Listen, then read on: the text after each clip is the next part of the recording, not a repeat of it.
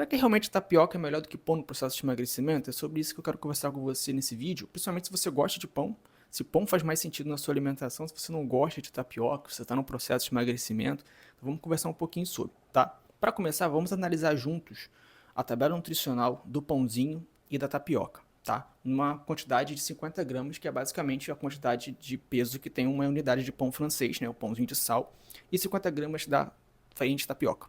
Tá, eu vou deixar ela aqui. Eu vou sair da tela e vou deixar para vocês na tela.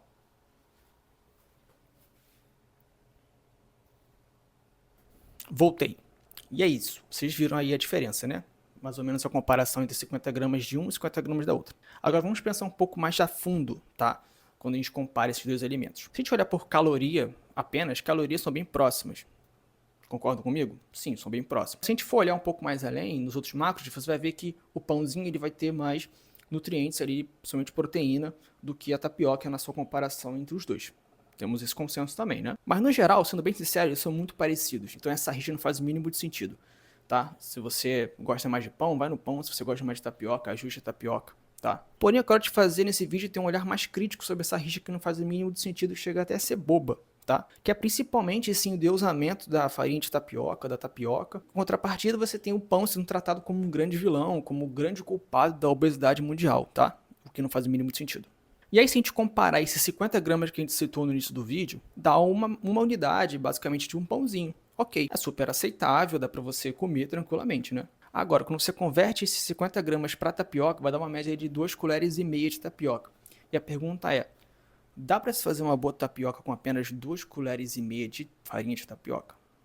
Fica o questionamento. Eu falo tranquilamente que para você fazer uma boa tapioca, essas tapiocas que vendem na rua, no geral, que são muito gostosas e muito volumosas, você vai precisar no mínimo de umas 5 colheres de sopa de farinha de tapioca. E aí muda completamente o contexto. E aí se a gente pega essas 5 colheres de sopa de farinha de tapioca para a gente fazer uma simples boa tapioca, não ficar aquela coisa parecendo um guardanapo de tão fina, você vai ter esses macros aqui.